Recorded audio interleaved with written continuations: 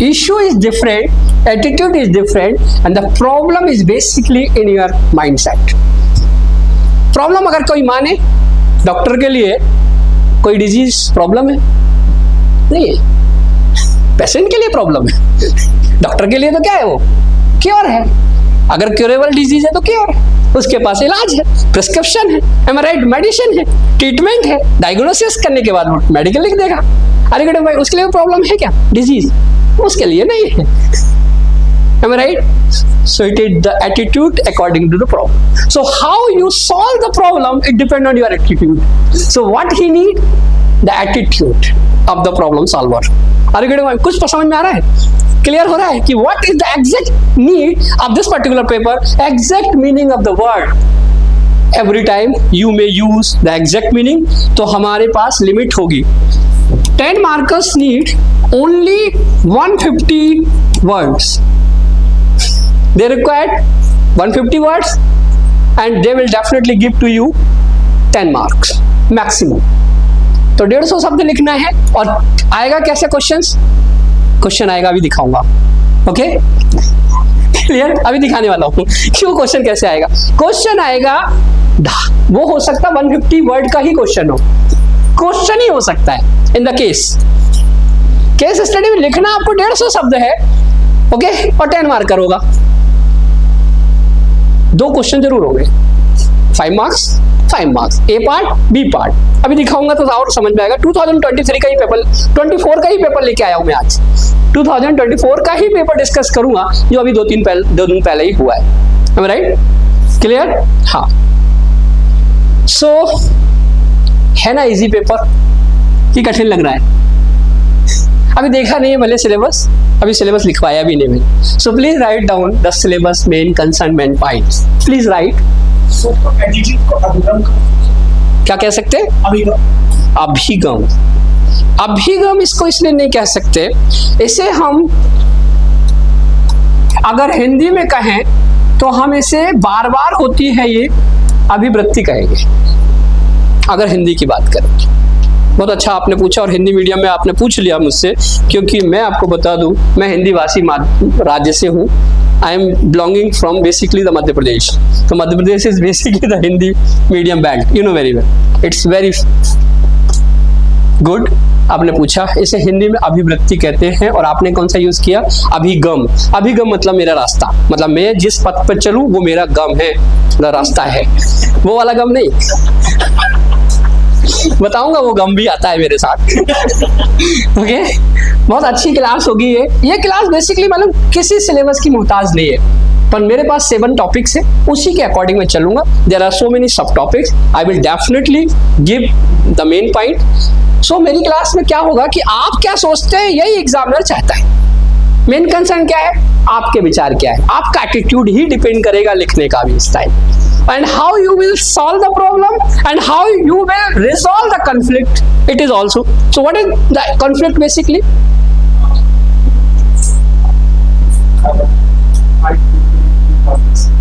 It is a conflict. So what is the fight? What is the war?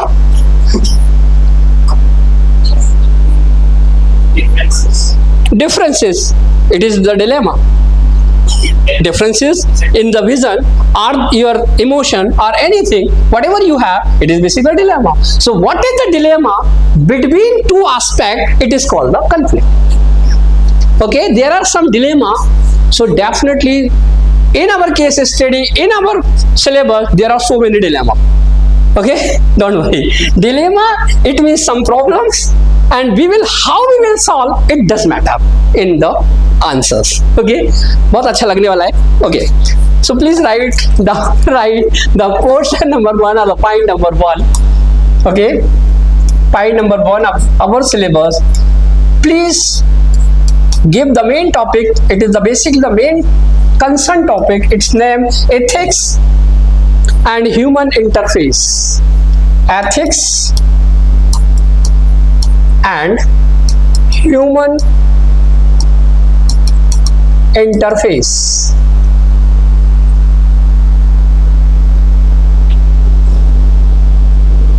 Okay, अभी मैं मतलब नहीं बताऊंगा, पहले लिखवा लेता हूँ. The main topic is any questions करना. So what is the main basically topic? The first point or the topic will be human and interface, ethics and human interface. Okay, please write in this particular topic. There are so many subtopics. Essence, ESSENC, essence, comma, determine, determinants. Number 2 लिखेंगे, sorry comma लगा के लिखेंगे determinants. लिखा आपने, पहले क्या लिखा?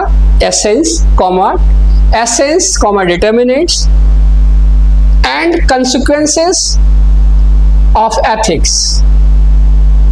Essence, determinants and consequences of ethics in human actions. In human action.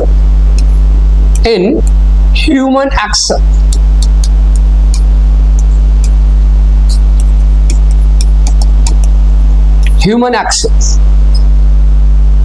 आगे लिखिए. Ethics in private and public. Please write ethics. Continue please.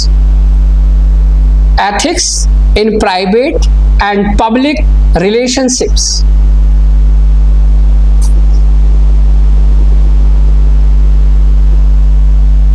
Ethics in private and public relationship, comma, एक और इसका सब टॉपिक है वो लिख लें कॉमा लगा के. Human values.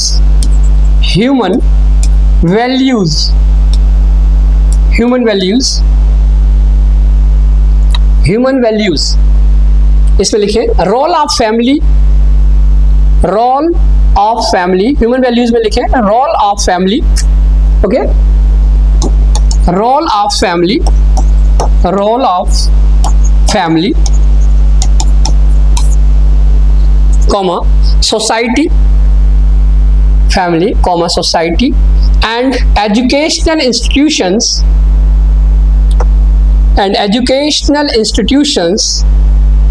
in inculcating values, inculcating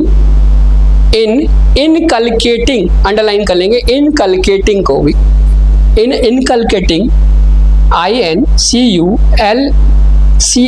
INCULCATING, inculcating values.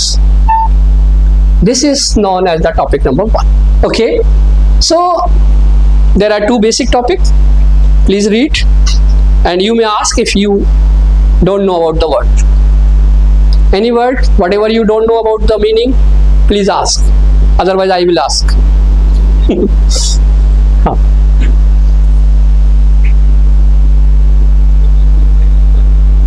Inculcating जो हमें जहां से मिलना है, इनकलकेटिंग मतलब from anywhere like the family. What is the learning style, learning things. Okay, हमने कहाँ से लिया है, हम कहाँ से उसे एक्सेप्ट किए, कहाँ से हमने इनको इनकलकेट किया है, मतलब कि ग्राफ्स किया है. It general meaning is the graphs. Graphs मतलब जहां से भी हमने इसको लिया है. हमने अपने वैल्यूज को कहाँ से लिया है, ह्यूमन वैल्यूज को कहाँ से लिया है? इंस्टीट्यूशन, एजुकेशनल इंस्टीट्यूशन, स्कूल से सीखा है हमने वैल्यूज. हमने मंदिर से भी सीखा है, मतलब कि हमारे रिलीजियस से सीखा है, फैमिली से सीखा है, पीर ग्रुप से सीखा है, पीयर ग्रुप से सीखा है कि नहीं, हमारे किनशिप से सीखा है, रिलेशन से सीखा है, हमने अपने सिबलिंग से भी सीखा है, अपने किनशिप से भी सीखा है, हमारे जो रिलेशन में आते हैं उनसे भी सीखा है. ओके, हमारे कोई भी हो सकता है, दोस्त हो सकता है, उससे भी सीखा है हम. तो जहां से भी हमने सीखा है या ग्रास्प किया है, it is called the inculcating. Okay, और determinants means some factors that determines is basically the factors. Okay, components, its general meaning is component also. So okay,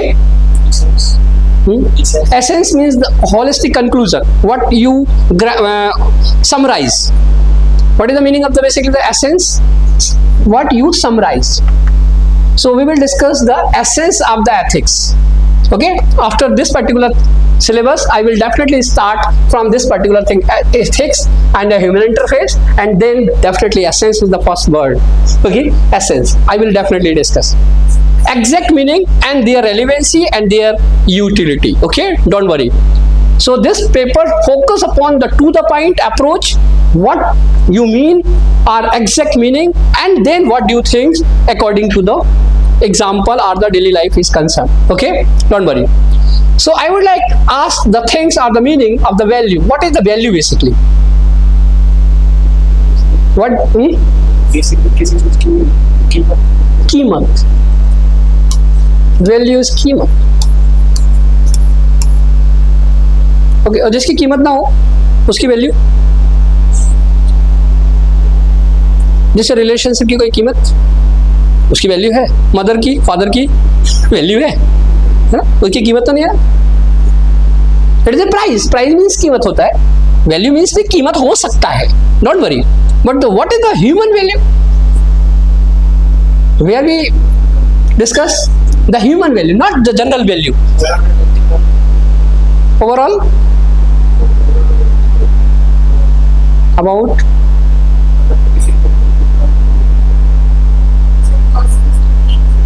personal belief.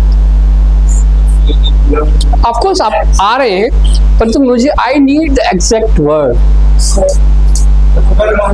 एक सेकंड लेते हैं एक एग्जांपल, फिर आपसे भी होता है. अगर कोई लकड़ी, हाँ लकड़ी है, लेकिन उसको अगर कोई बढ़ई कारपेंटर यस सही सेक दे, हाँ, उस लकड़ी की कीमत बढ़ जाएगी और वो नाव बन जाएगी, है ना, वो काम आ जाएगी, टेबल बन सकती है. उसका शेप देना जरूरी है. वो शेप कैसे दिया उसने? अपने हाथों से. अपने हाथ में क्या किया उसने? कोई चीज लाया. देखो हमें सब पता है, बट इस पेपर की सबसे बड़ी प्रॉब्लम क्या है बताओ? प्रॉब्लम सॉल्विंग अप्रोच, कि आप उस समस्या को सॉल्व कैसे करते हो. मैं बताऊं करना क्या है, आपके पास सब कुछ है, आपकी पर्सनालिटी का ही यूज करना है, बट हम वैल्यू नहीं समझ रहे, ना तो इस पेपर की ना यूपीएससी की. Value is nothing. Value is basically the preference. उस बढ़ई ने क्या किया? उस लकड़ी को प्रेफरेंस दिया. नहीं देता तो वो शेप नहीं देता. उसने प्रेफरेंस किस में दिया? नाव में दिया, बोट बनाने के लिए स्ट्रक्चर्स दिया, प्रेफरेंस देना शुरू किया. उसने पहले बेस लगाया होगा, फिर सपोर्ट दी होगी जिससे कि पानी में न डूबे. ये छेद भी देखे होंगे, राइट. होल अगर होता तो ऐसा थोड़ी एक दो होल करना जरूरी होता कि एक से पानी आएगा एक से जाएगा, ऐसा तो नहीं चाहिए ना. तो preference will require. Am I right or not? So what is the basic value? Value is nothing. Value is preferences in our life. इतना मुझे चाहिए इस पेपर से. क्या चाहिए आप लोगों से? एग्जैक्ट मीनिंग पता होना चाहिए. तो आपको क्या है, कोई ना तो कंफ्यूज करेगा ना आप कंफ्लिक्ट में आएंगे. आपको पता होगा मुझे चलना क्या है, करना क्या है. अभी तक क्या है मार्केट में, क्या है, बहुत सारी चीजें हैं. आपको क्या चाहिए? मैंने कहा कोई किताब नहीं चाहिए, आपको चाहिए सेकंड ईयर की रिकमेंडेशन. और आप क्या करोगे? अपने प्रेफरेंस तय करके, कोई ये किताब अच्छी है, कोई ये नोट्स अच्छे हैं, क्योंकि गूगल पे सब पड़े हुए हैं. ओके, बट मैं कहूंगा कि इसमें क्या चाहिए, आप कहाँ खड़े हैं, मतलब what ever you, it is enough for the UPSC. आपकी डिमांड है इस यूपीएससी में, दूसरे की नहीं. वैल्यू किसकी है? यूपीएससी आपकी वैल्यू है कि दूसरे की है? तो प्रेफरेंस कौन को देगा? वो आपको देगा कि दूसरे को देगा? हमें देगा. और आप यूपीएससी को प्रेफरेंस देंगे तो दोनों की वैल्यू मैच करेगी. देन सिलेक्शन विल कब पक्का, राइट. तब होगा सिलेक्शन. खैर मैं आगे नहीं बात करूंगा, मेरे पास बहुत क्लास है. आज ही बोल दूंगा तो सब कुछ गड़बड़ हो जाएगा, है ना. जैसे एक ही दिन में मैं बता दूं कि आप एक दिन जरूर मेरी तरह इस दुनिया को छोड़ के चले जाओगे. सब लोग जाना है, इसमें कौन सा गलत है? पर छोटे बच्चों को बता दो तो man is मॉर्टल, everybody know that. ये सत्य कौन नहीं जानता, परंतु हम सब लगे. Am I right? किसी को यूपीएससी चाहिए, बिल्कुल हमें भी चाहिए. हमें सिर्फ क्या चाहिए? यूपीएससी चाहिए. यूपीएससी में क्या चाहिए आपको? सिलेक्शन चाहिए ना. क्या बनना चाहोगे आप? आईएएस, आप आईपीएस, और आप मैक्सिमम लोग आईएएस वाले हैं, आप आईपीएस. ठीक है, तो मेरे दो कोने मिल गए. ठीक है, दो लोग आईपीएस बनना चाहते हैं, आप आईएएस, आप आईपीएस. तो जो भी जो बनना चाहते हैं, ये सारे लोग, आप लोग बनना क्या चाहते हैं basically? AIS, all India servant. IAS और IPS दोनों ही AIS है, ठीक है। हाँ, खैर, तो वैल्यूज क्या है ये आपके सामने। आप कभी भी हम क्या समझेंगे इस पूरे पेपर में, पहली यूनिट क्या बताएगी, एक तो बताएगी ह्यूमन का इंटरफेस क्या है, ह्यूमन वैल्यूज क्या है, और इसका एथिक्स क्या है। Human ethics, what we will learn from this particular unit number 1, we learn what is the ethics, what is the human interface, and what is the human values, okay, with respect to the subtopics. Okay, next, number 2, please write. Topic number 2, we will discuss attitude. Please write attitude.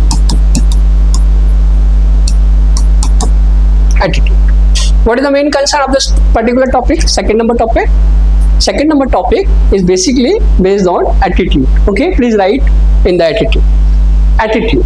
लिखें इसको, content,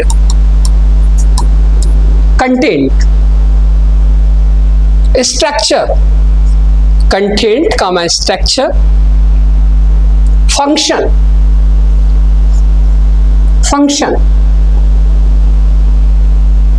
okay, comma, its influence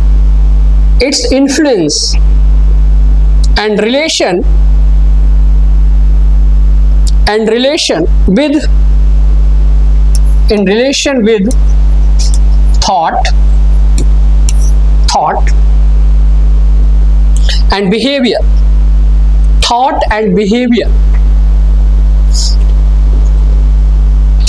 comma, moral and political attitude,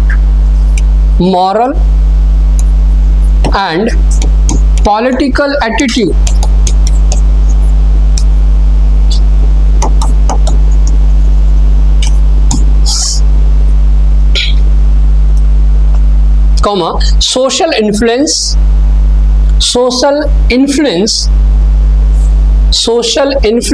and एक word लिखें, persuasion, ASION, persuasion, PERSUASION, persuasion, दिख पा रहे हैं, मैं इधर लिख दूं, persuasion, PERSUASION,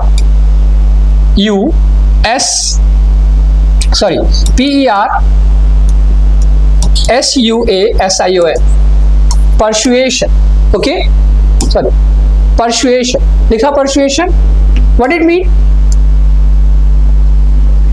पहली बार सुना दो तो कोई बात नहीं। हाँ, इस पेपर में सबसे बड़ा टफ क्या है कि वर्ड तो पता है, we are used to and we have got the sense but don't have exact meaning basically.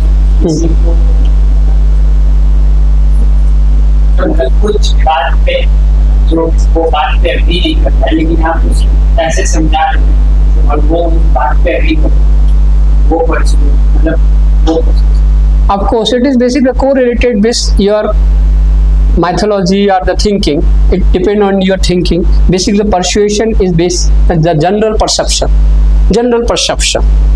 persuasion meaning in general perception, okay, but it's not an exact meaning. General meaning अलग होता है, exact meaning में बताऊंगा what is the persuasion, okay, don't worry. So basically the persuasion धारणा होती है, perception होती है, अलग अलग लोगों की अलग अलग धारणा हो सकती है। जैसा कि एग्जाम्पल दे रहे हैं तो we know all the example, we can give the example but don't know about this exact meaning. So this is the harder situation of this particular paper, okay. Where is the gap in our paper? Basically there are no any definition, हर आदमी अलग अलग define करेगा। Why? Because the moral is their things. मेरा moral आपके moral से अलग होगा, मेरी एथिक्स आपसे अलग होगी कि नहीं, ओके, मेरे प्रिंसिपल अलग होंगे, आपके अलग होंगे। अभी हम बात करेंगे थोड़ी देर बाद। आगे लिखे टॉपिक नंबर 3, टॉपिक समझते जा रहे हैं इस वजह से। नेक्स्ट लिखिए number 3, there only the 7 topic, don't worry, okay, but it is our syllabus, okay. Number 3, please right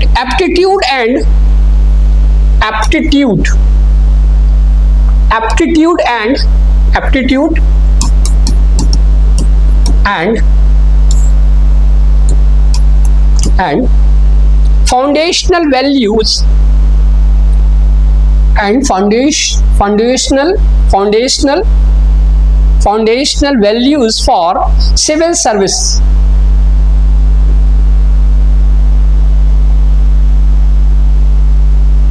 Okay, this is the main topic.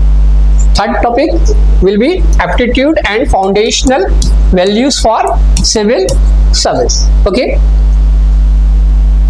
Integrity इसमें लिखेंगे, मेन टॉपिक डालकर सब टॉपिक लिखेंगे इसके. Integrity comma impartiality, integrity impartiality and non-partisanship, partisanship, partisanship, comma objectivity, underline objectivity, comma dedication to public service,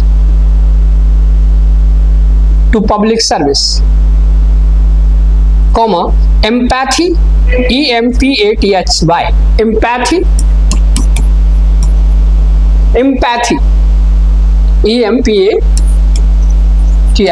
empathy, comma tolerance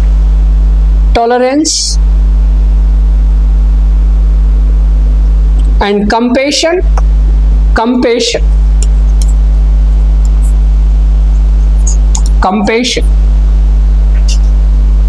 towards the weaker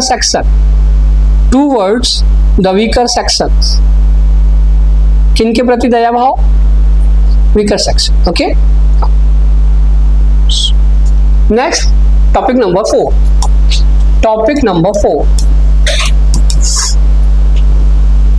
emotional intelligence. The main topic, emotional intelligence.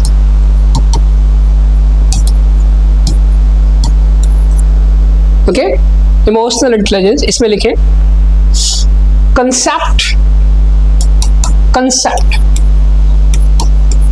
concepts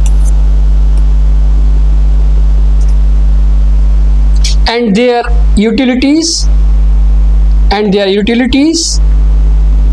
application in administration and governance,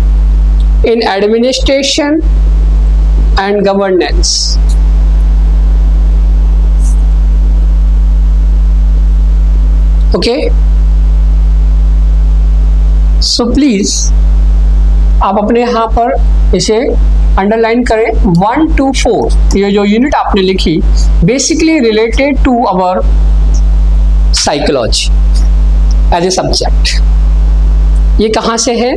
psychology as a subject. Why? Because these 4 topics will definitely correlated with our psychology as a subject, but it is called the human psychology in practical in nature. Okay, it's no need to any requirement the subject aspect. It is basically the requirement of the practical aspect or applied aspect of this particular things. Okay, so we will discuss. Next लिखे. Clear है ये कहाँ से है? Psychological. इन्हें हम start करेंगे force को, फिर आगे हम बढ़ते चलेंगे. लिखिए please, write down the topic number 5. दिक्कत तो नहीं हो रही है सिलेबस को समझने में? Why? Because it is very important class. It is your initial level, but it is very important rather than other perspective. Okay, please write topic number 5.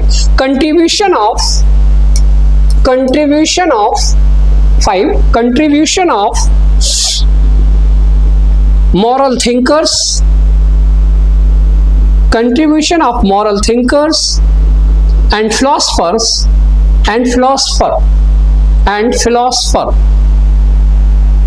moral thinkers and philosopher, underline करें philosophers from India and the world.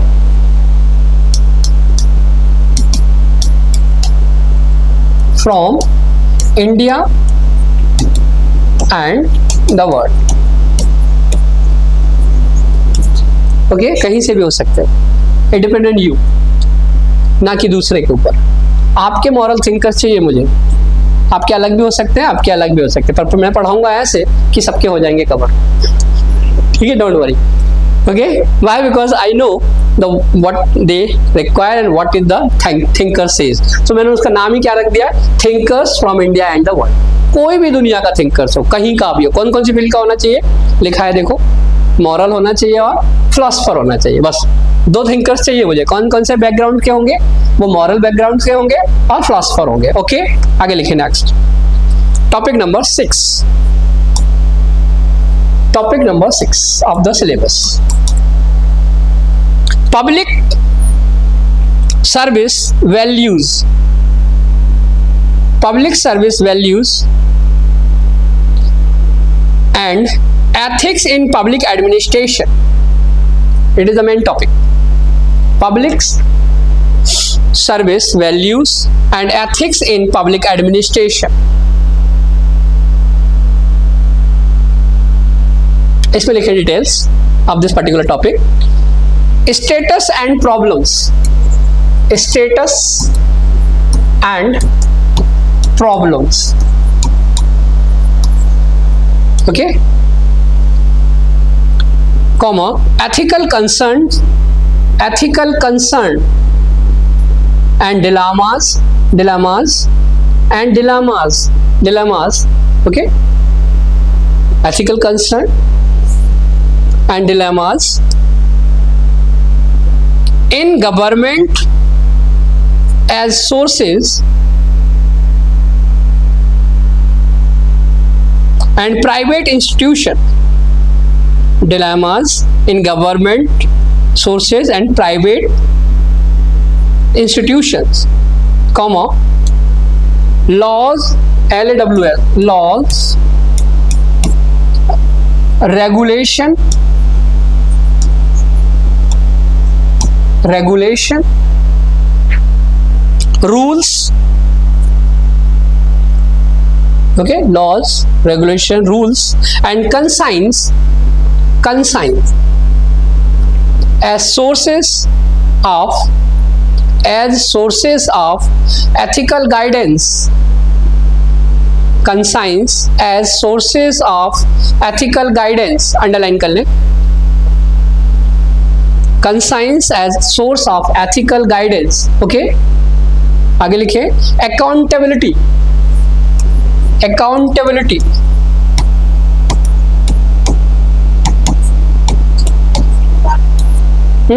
हाँ इसी का part, 6 unit है, इसी का part accountability. Okay, it is a separate word accountability, comma,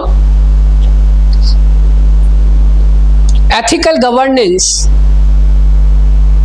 ethical governance, comma, strengthening of ethical, strengthening, strengthening of ethical and moral values, of ethical and moral values in governance,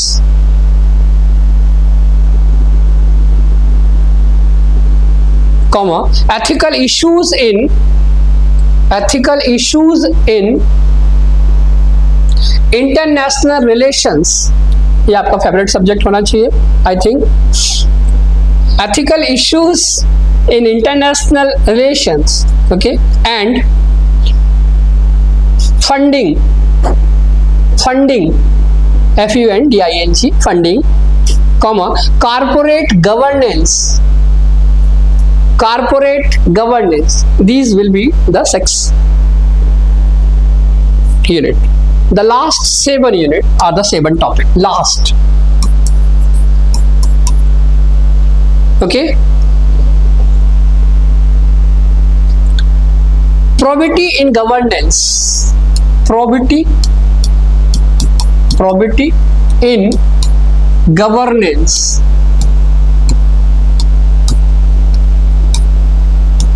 Governance.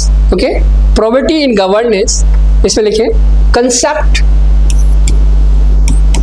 concepts of public service, concept of public service, underline कर लें, comma, philosophical basis of governance, philosophical basis of governance and probity, philosophical basis of governance and probity, okay, comma, information sharing,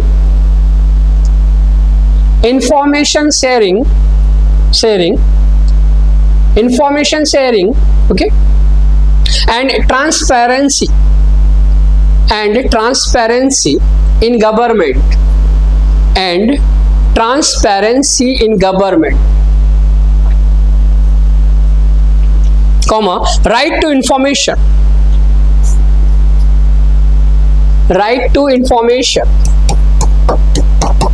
okay, right to information, comma, code of ethics, comma, code of conduct, comma, citizen charter,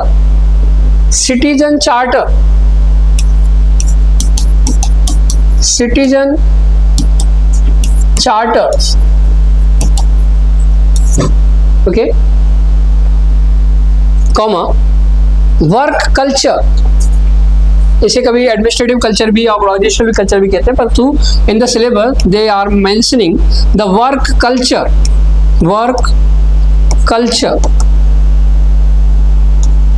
okay, work culture, comma, quality of service delivery,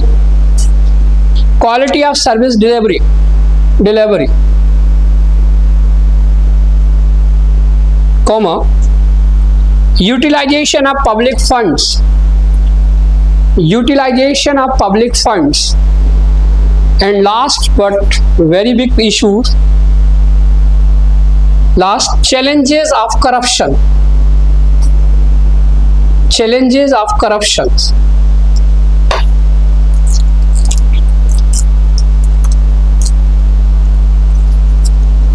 okay, and last point जो 120 marks का है वो लिख लीजिए, case studies on above issues. Last point है इस 7 के नीचे, केस स्टडी, बी पार्ट है, बी सेक्शन है, case studies, okay, case studies on above issues,